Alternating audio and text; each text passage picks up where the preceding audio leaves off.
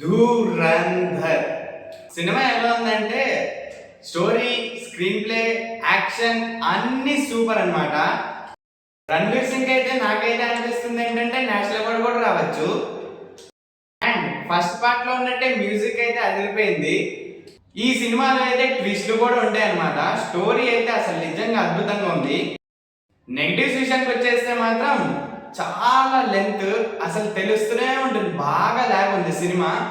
And violence కూడా చెప్పాలంటే violence duration ఏదైతే ఉందో అది చాలా ఎక్కువసేపు ఉంది, ఇంకా చాలా దారుణంగా ఉంది వైలెన్స్ అయితే.